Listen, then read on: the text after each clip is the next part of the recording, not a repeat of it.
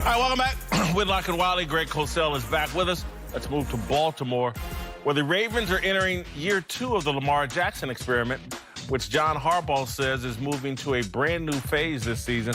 According to the coach, the Ravens have created a new offense that he thinks could revolutionize the NFL, adding that he would bet that over on Lamar Jackson's rushing numbers, he bet the over. All right, Greg. No one watches more film other than NFL coaches than Greg Cosell. I kid Greg a lot, but Greg knows the NFL and knows the game well. Can Baltimore with Lamar Jackson, can they revolutionize the NFL with an offense? No, and I think what you're going to see is a lot of replication with Greg Roman there as the offensive coordinator. He was the offensive coordinator with Colin Kaepernick for 2 years in San Francisco. One of those years they went to the Super Bowl. And I think what you'll see is similar stuff. I think defenses now are better prepared for it, so I'm going to be fascinated to see how that plays out. But I think as far as revolutionizing, I'm not even sure what that term means. I think one reason they signed Mark Ingram, and I think that was a critical signing, is because Greg Roman's offense is built on what we call gap scheme runs, and you know all about that, Marcellus. Yeah. And every so often we hear of a team with a dual threat quarterback. We got to get him involved in the running game. Just because of the simple math. You add another player into the running game. It's smart. Same thing with the three-point shot in basketball. Just keep shooting them. The math makes sense. This intentional run, I've seen it happen as a defender. We had to always in cover one when everyone's bailing, everyone's turning. Careful of the design run. Now, intentional run is you go to space, Lamar Jackson, and you get down. A la Russell Wilson. That means we know that the corners are going to bail. We know that the safety is going to be covered in deeper. Let's make sure you go to 6 yards and just bail out. Short boundary runs, intentional to the coverage.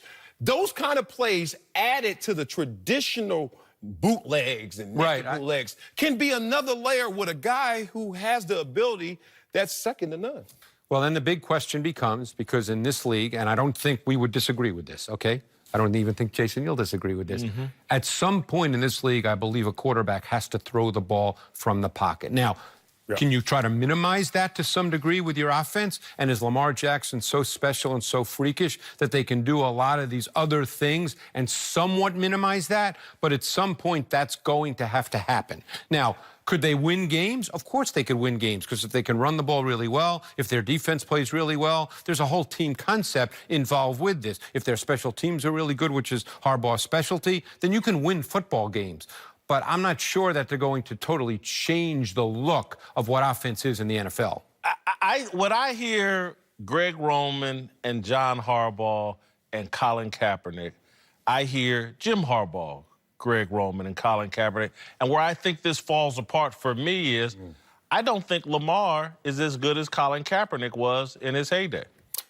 Oh, that's a tough one. With maturation process, he's in his second. Yeah, it's too early. But if you talk about what his abilities are, Charger game, the first one for Baltimore on the road in L.A., he made throws in the pocket that he hit that 68-yard touchdown to Mark Andrews, the seam ball. You saw flashes. He's not a terrible thrower, right? In fact, I thought he threw the ball way better in his last year at Louisville when I studied him coming in the draft than he did last year, which may be a confidence thing. You know, maybe he wasn't as comfortable last year, but at some point he will have to throw it. You know, it's funny. The Kaepernick thing is interesting because Kaepernick, what eventually caught up to Kaepernick was that he was very fast, no question, and he was a power thrower, but he started to lack touch, and he started to be inaccurate, and he wasn't, it had to be defined for him. Now, at some point in the league, defenses catch up to this, and they make you have to do certain things as a quarterback. It's way too early with Lamar Jackson to say whether he's capable of doing that or not. Way too early. All right, coming up,